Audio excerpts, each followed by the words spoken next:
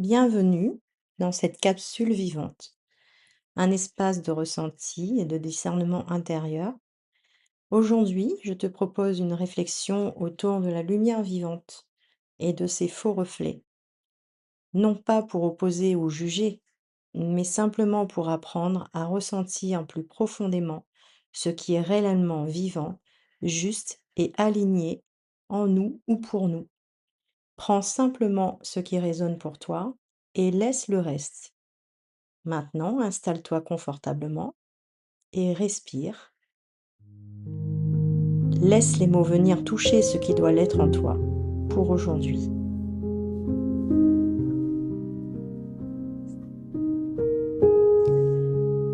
Il existe une différence subtile, mais essentielle, entre la lumière vivante et ses faux reflets.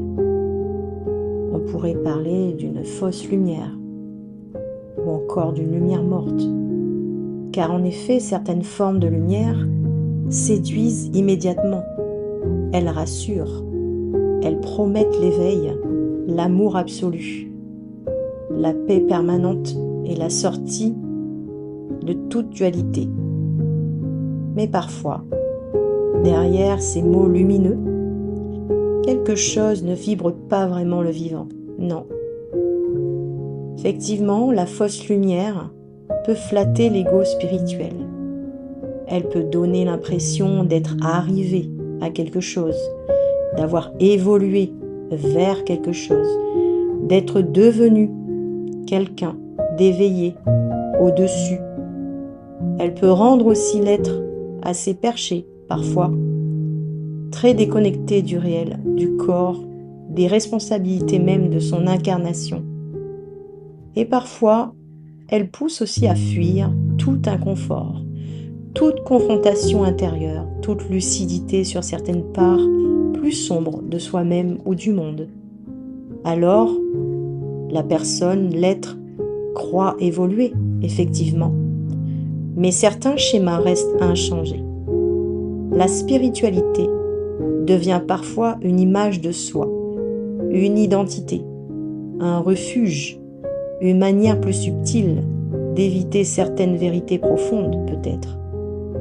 La fausse lumière peut aussi rendre trop humble, rabaisser l'être, l'empêcher d'habiter pleinement sa juste place. Et parfois même, l'être finit par s'enorgueillir lui-même, inconsciemment de cette humilité.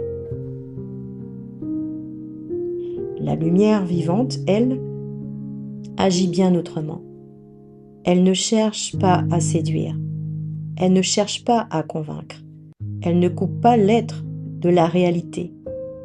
Bien au contraire. Elle éclaire doucement ce qui demande à être vu. Elle pousse à davantage de cohérence intérieure, à davantage de vérité, à davantage d'incarnation. Elle peut parfois mettre l'être dans des situations inconfortables, mais jamais pour le détruire. Seulement pour l'aider à grandir, pour l'aider à mûrir, pour l'aider à revenir vers quelque chose de plus juste en lui. La lumière vivante ne demande pas de paraître spirituelle. Elle demande d'être vraie. Elle apprend peu à peu à dire non lorsque cela est nécessaire, à sortir du déni, à regarder certaines incohérences, même si ce n'est pas toujours simple, à reprendre sa responsabilité intérieure, à ne plus remettre son pouvoir à l'extérieur de soi.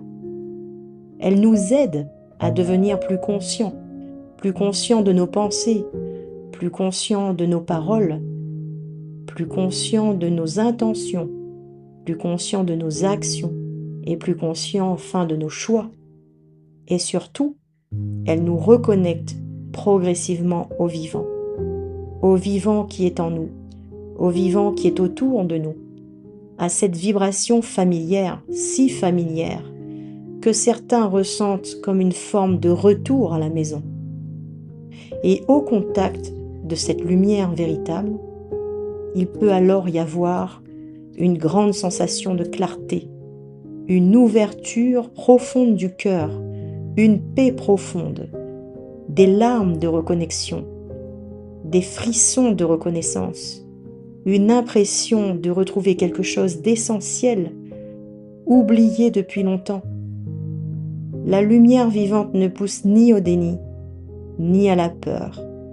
Elle invite simplement à voir plus clairement en soi, avec discernement, avec une véritable humilité, avec présence. Nous avons tous notre libre arbitre. Nous faisons tous nos propres expériences, conscientes ou non. Mais lorsqu'un être commence réellement à s'éveiller à lui-même, le discernement concernant la lumière devient essentiel, car tout ce qui brille n'est pas forcément vivant. Je vous remercie pour votre écoute et votre présence.